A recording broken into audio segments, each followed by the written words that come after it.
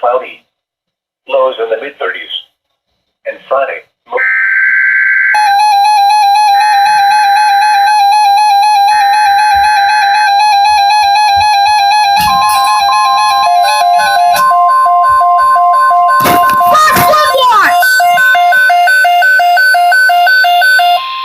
flash flood watch in effect through late tonight.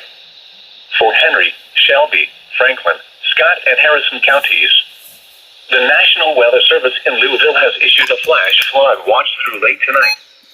Widespread rainfall amounts of 1 to as much as 3 inches have fallen since early this morning.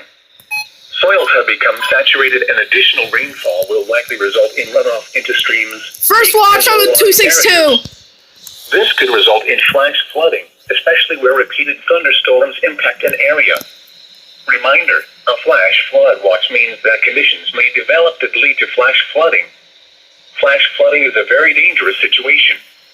You should Maybe monitor double-header? later forecasts and be prepared to take action should flash flood warnings be issued.